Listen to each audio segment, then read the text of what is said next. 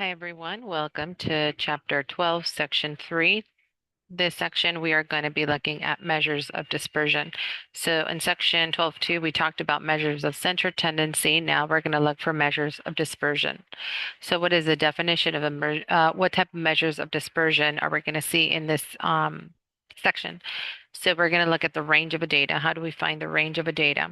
We're going to be calculating the standard deviation of a data, and we are going to be interpreting those measures of dispersion. And we're also going to be calculating the coefficient of variation. So range, standard deviation, and coefficient of variations are types of measures of dispersion. So how is your data dispersed? So sometimes we want to look at the measure of dispersion. So how well is your data to spread? So two of the most common are range and standard deviation. So today we're going to be calculating range and standard deviation. How do we calculate the range of any data? For any set of data, the range is set. The range of a data set is given by the greatest value minus the least value in the set. So let's say that we're given a list of numbers, list of data values. We're going to take the greatest value subtracted by the least value. That will give us the range of the data. Question 1. The two sets of the data have the same mean and median, which is 7. Find the range of each of the data sets. So first, we're going to look at data set A. So it's going to be 13 minus 1. The data set for A is 12. That is the range for set A. This is the range for set A. And then the range for set B, we take the greatest value, which is 9 minus 5, which is 4. So our solutions will be 12 and 4. So we're going to take each of the raw data sets and subtract the greatest minus the smallest. That will give us the range. Now, what about the standard deviation? So one of the most useful measures of dispersion from what we obtain is from an actual standard deviation. It's based on deviations away from the mean of the data. So the mean is very important when you use the standard deviation. So you will need the mean first. So you need to learn how to find the mean before you learn the standard deviation. So here we want to find the deviations from the mean for all data values of the sample 1, 2, 8, 11, and 13. So the way that we're going to do it in class, because you are allowed to use a calculator, we're going to use um, Calculate 84. So I want you to also practice using your calculator. So let's go ahead and find the standard deviation and the mean from this data. So what I'm going to do is I'm going to share my screen. You should be able to see my calculator. What you want to do is go to Stat, hit Edit, and then you go to L1. You're going to delete those entries, and you're going to go into inputting the new data. So 1, comma 2, comma 8, comma 11, comma 13. You should have 1, 2, 3, 4, 5 data values. Now we're interested in finding the standard deviation. So we're going to go to Stat, Calc, 1 var stat. So hit enter. Make sure that the list should be L1, the data entries you provided with. Hit enter. Then you're going to be able to find everything. So X bar is the sample mean. That's the mean that we need. So we find, and I think I forgot an entry. So let's go to edit. So it should be 1, 2, 8, 11, and this should be 13. Let me fix that. So let's make sure that our data is inputted correctly. 1, 2, 8, 11, and 13. So let's go to Stat, Calc, 1 vars test, hit enter. Now we could see that our sample mean is actually 7. S of X, that's our standard deviation. That's what we're looking for. 5.338. So normally that's going to be rounded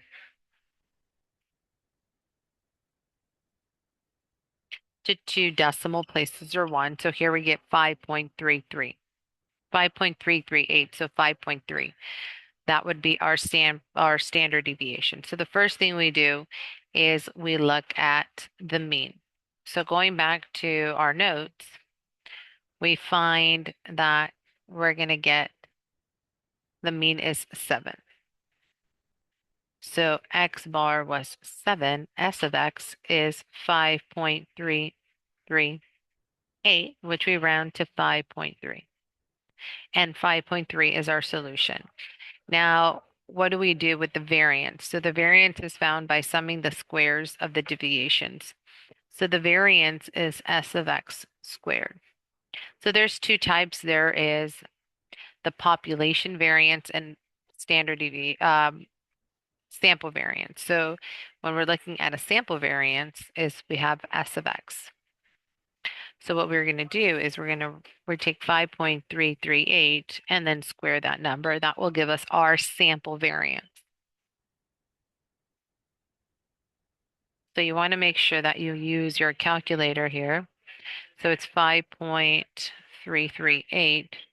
We're interested in squaring this value.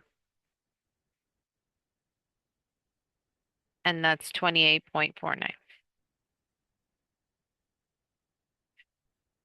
And that would be our sample variance. Now, this is the actual formula on how to use the sample standard deviation. So what you're going to do is take the sum of x minus x bar, square it, divided by n minus 1, if we're interested in doing this by hand. So what we would have to do is we take the data value and we look at the deviation away from the mean. So basically it's 1 minus 7, 2 minus 7, 8 minus 7, 11 minus 7, 13 minus 7.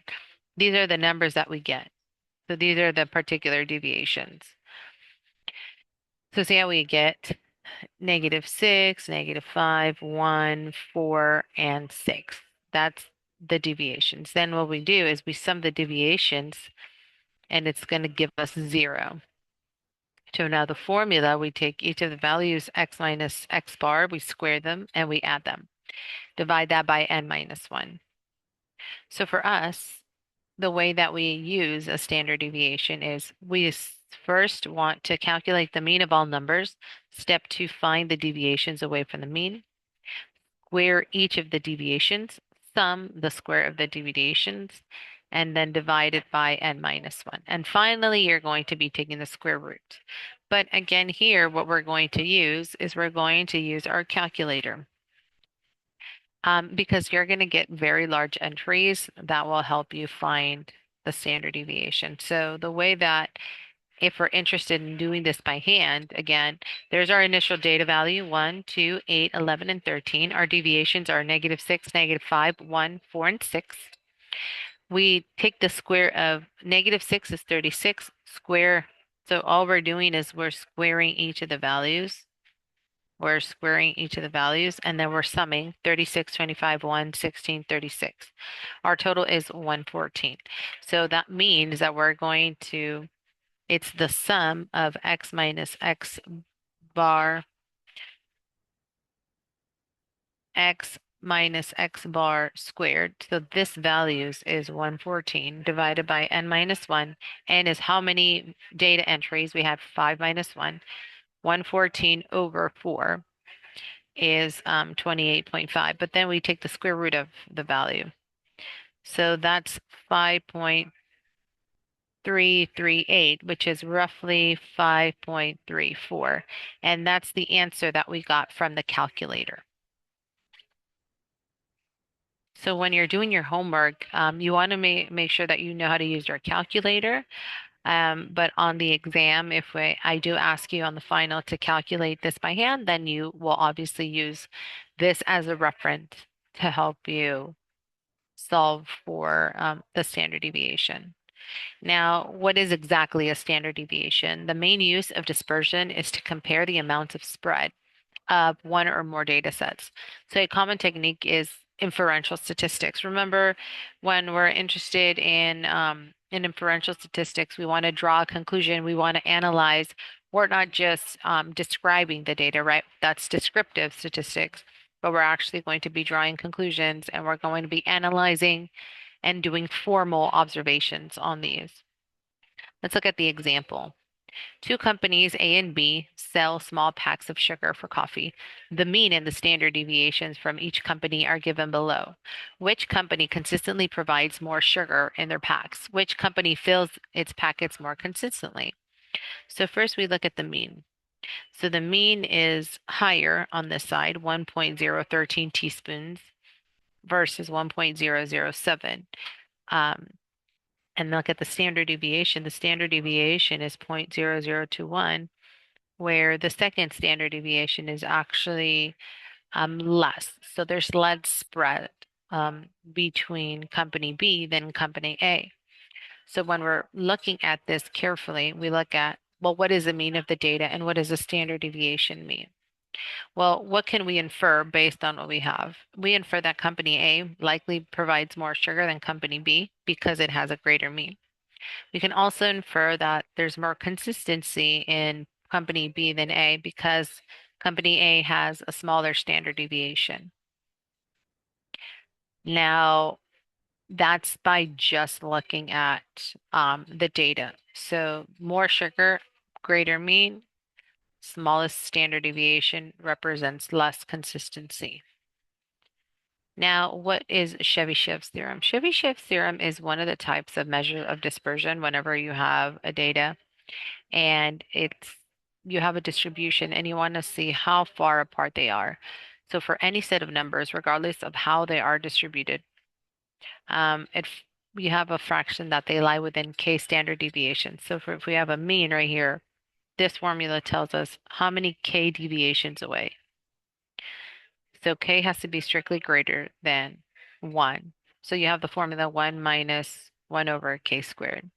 So what we're interested is we want to find the minimum percentage of the items of the data set within 3 standards. So they're already telling us that k is 3. So it's 1 minus 1 over k cubed, k squared.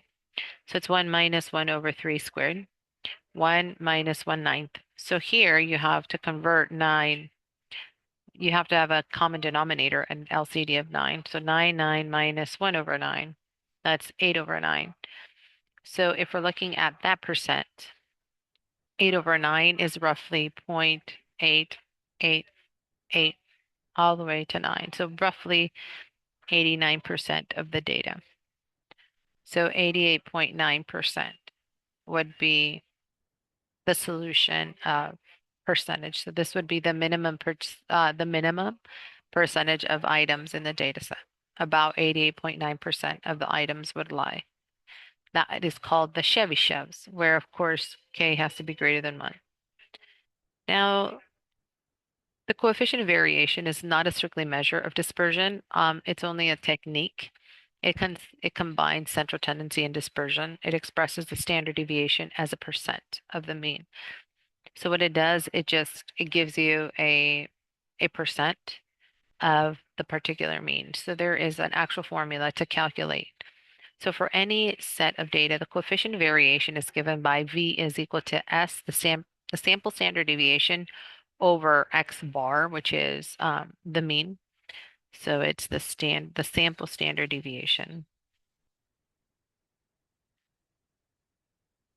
The sample standard deviation over the mean, the sample mean. And we take that value and we multiply it by 100. That will give us a percent. Now, this is for a sample. If you're interested in finding it for a population, then you do sigma over mu, where sigma is the population standard deviation. So that's different. And mu is the population mean.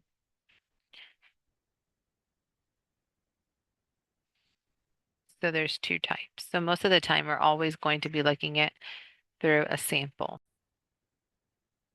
So let's look at example 7. We're going to be comparing samples. So we want to compare dispersions in the two samples A and B. So we have two samples individually.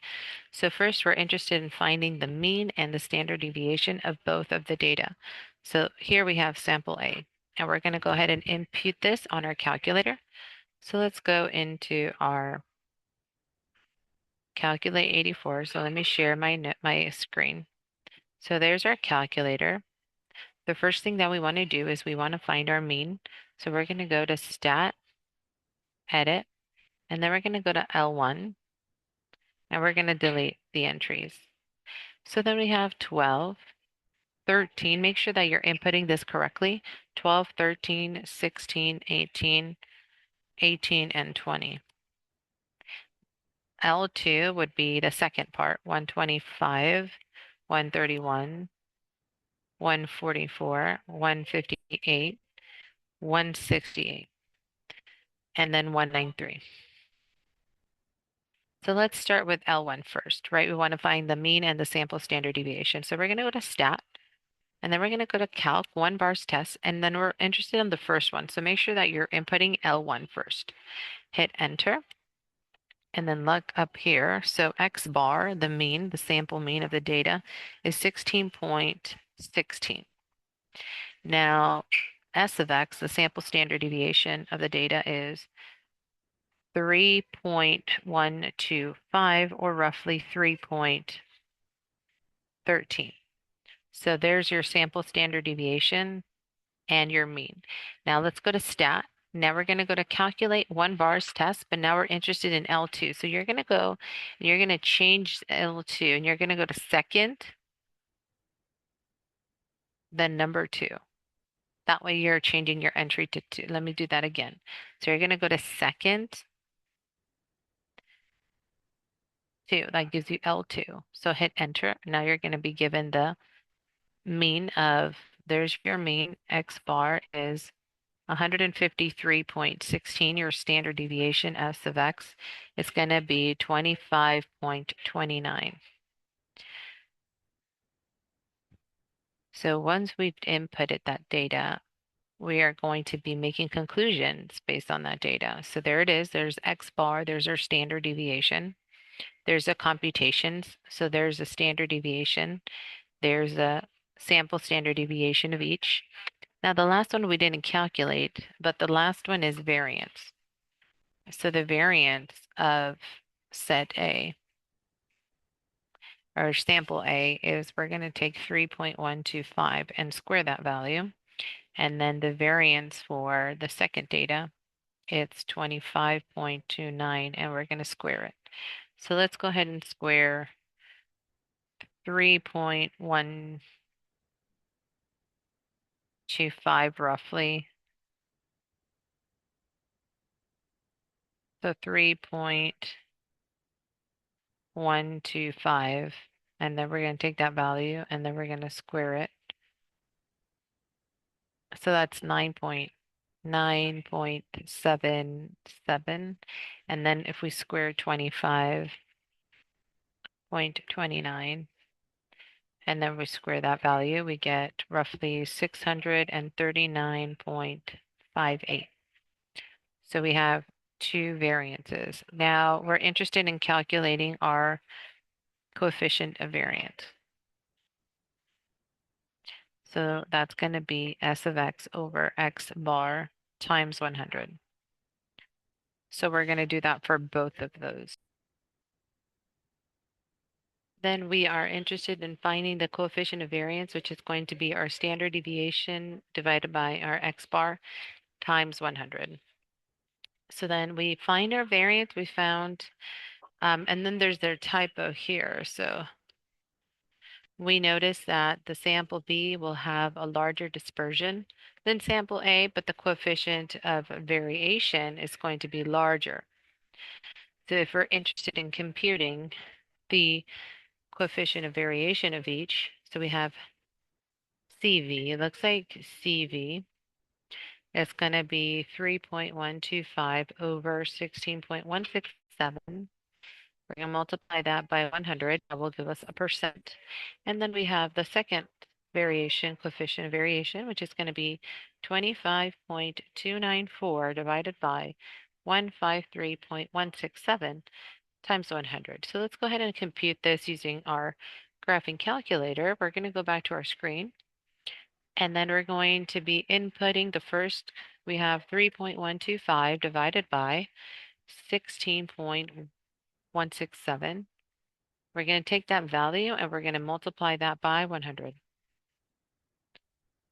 And that's going to be 19.32. So that's 19.3. The next value is we have 25.294 divided by 153.167. Close it. And then we're going to multiply that by 100. And that's going to be 16.5%. So then our values, our coefficients of variation, will be the following. We have 19.3 and 16.5. This should be a typo because it should say CV, the coefficient of variation of set A, the coefficient of variation of value B.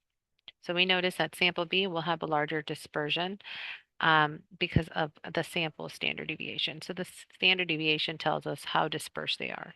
So in this case, sample B will have a larger dispersion. And that will finish section 12.3. Thank you. So let's go ahead and continue to 12.4. We are interested in finding measures of the positions. Now, for this, we're going to be looking at z-scores, percentiles, deciles, and quartiles. And we're going to be constructing and interpreting a box plot. Again, all of this chapter is statistics. So we're going to start looking at measures of position. So do you guys remember that formula where we were looking at a position to finding the median? Well, very closely, we're going to look at a position of a quartile. What is quartile 1, quartile 2, quartile 3, and so on. So what we're going to be doing is we're going to compare a collection of values, and we are interested in finding the location or the measure of positions. So the z-score is one of the most important positions when we're looking at a distribution. If x is in a data item in a sample mean x bar and standard deviation s, then the z-score of measure x measures the number of standard deviations of which x differs from the mean. And it's calculated as follows. So this is an actual formula to compute a z-score, x minus x bar over the standard deviation, where x is an individual value. So x is an individual value, x bar is the sample mean, and then S is our sample standard deviation. There's also a z-score table that we can actually use that will also help us in this section. So let's look at this question. Two students who take different history classes had exams on that same day. Jen's score was 83 while Joy's score was 78. So these are our scores, 83 and 78. Which student did relatively better given the class data shown below? So there's the class mean of Jen and Joy. So then our x value was 83. Our x bar for Jen is 78. And our standard deviation for Jen's class is 4. So the z-score is going to be x minus x bar over s. So we have to do that twice. So we're going to have 83 minus 78 over 4. So 78 is our mean, 83 is the value. So when we compute 83 minus 78, we're going to get 5 over 4. So 5 over 4 is going to be 1.25. So our z-score is 1.25. That's our z-score for Jen's class, for Jen. Now the second z-score, it's going to be x minus x bar over s. Where now we have Joy value. Joy is 78. So we're going to have 78 minus 70 over 5. So that's going to be 8 over 5. So 8 over 5 is 1.6. And that's Joy. So who did better? So see how we have 1.25, 1.6. So Joy's z-score is higher. That means that she is, so if everybody is right here, so there's 70, and then there was 78. So Jen was at 83, where Joy was over here at 78. So she positioned higher. So Joy will have a better score than the rest of the class. So given that the z-score is higher, then you are in a better position. You have a higher score.